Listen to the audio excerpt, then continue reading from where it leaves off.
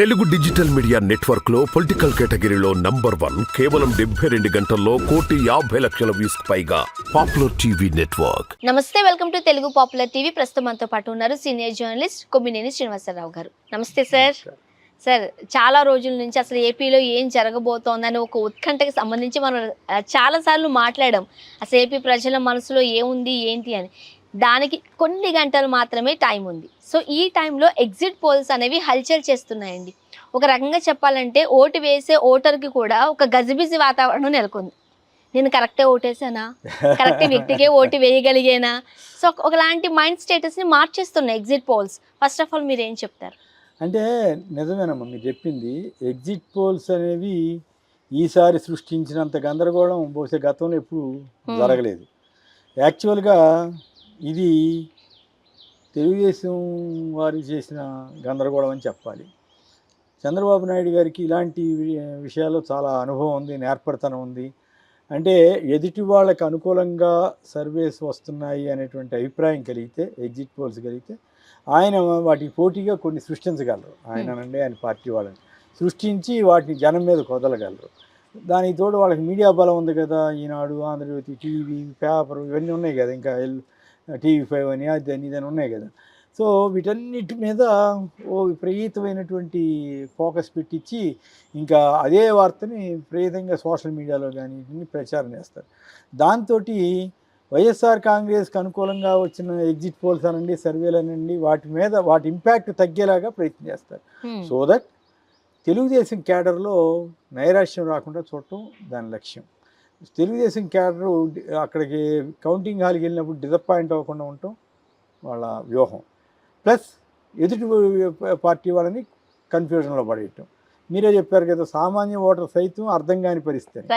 అది ఖచ్చితంగా అలా జరగడానికి ఈ గజిబిజి ఏర్పడుతుంది, గందరగోళం సృష్టించారు. మీరు గమనిస్తే నేను పొద్దున ఒక లిస్ట్ ఆఫ్ సర్వే సంస్థలు చూసా. నాకు చాలా ఆశ్చర్యమైంది. ఏదో ఒకటి పబ్లిక్ టాక్, ఒకటి కిరికిరి అంట, ఇట్లా పిచ్చి పిచ్చి పేర్లతో సహా అవి నిజంగా చేసినవి కాదు, పెట్టినవి కాదంటానికి విషయం ఏంటంటే వాటిలో నాకు ఒక లిస్టు 25-30 వచ్చినాయి.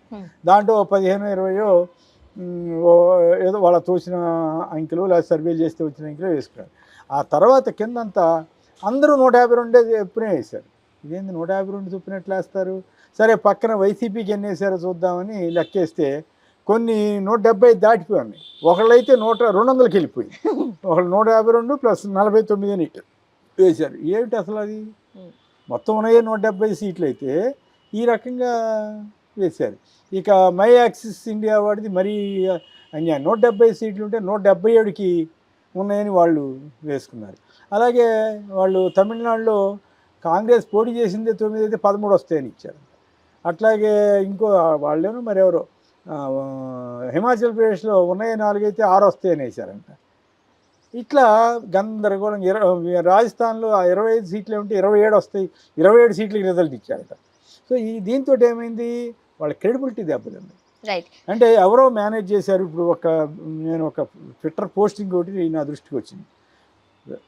మహారాష్ట్రకు సంబంధించిన లేదా ముంబైకి సంబంధించిన ఒక కేంద్ర మంత్రి ఈ ఆపరేషన్లో భాగంగా ఏపీలో టీడీపీకి హెల్ప్ చేయడానికి వీలుగా ఈ గందరగోళ పరిస్థితి సృష్టించడంలో అతను ఈ ఇన్ఫ్లుయెన్స్ చేసి వీటన్నిటిని మేనేజ్ చేశాడని ఒక ప్రచారం జరుగుతుంది. I don't know how far ఇది ట్రూ, బట్ చూస్తుంటే అన్ని ఫేస్ ఆఫ్ ఇట్ ఇట్లాంటిది ఏదో జరిగిందేమో అనే అనుమానం అయితే వస్తుంది. ఎందుకంటే 2019లో అసలు ఇన్ని సంస్థలు లేవు, ఇంత గందరగోళం లేదు. కానీ ఈసారి ఎందుకు గందరగోళం వస్తుందంటే జగన్ గారి ప్రభుత్వం మళ్ళీ అధికారంలోకి వస్తుందనేటువంటి ఒక వాతావరణం ఏర్పడింది. ఆ వాతావరణాన్ని చెడగొట్టడానికి పోలింగ్కి ముందు ప్రయత్నం చేశారు. తర్వాత ఇప్పుడు అయినా కూడా అతను గెలుస్తున్నాడు అనేటువంటి ఒక భావం వచ్చింది. ఎందుకని పేద వర్గాలు మొత్తం, మహిళలు మొత్తం మొత్తం అంటే వాట్ ఐ మీన్ మెజారిటీ అంతా ఆయన కేసీఆర్ అనేటువంటి అభిప్రాయం బలపడిన నేపథ్యంలో దాన్ని తగ్గించడం ద్వారా ఒక మైండ్ గేమ్ అనమాట. ఈ మైండ్ గేమ్ ఆడుతున్నారు తప్పితే ఇంకొక 10 గంటల్లో మొత్తం అంతా తేలిపోతుందిగా, 10-12 గంటల్లో.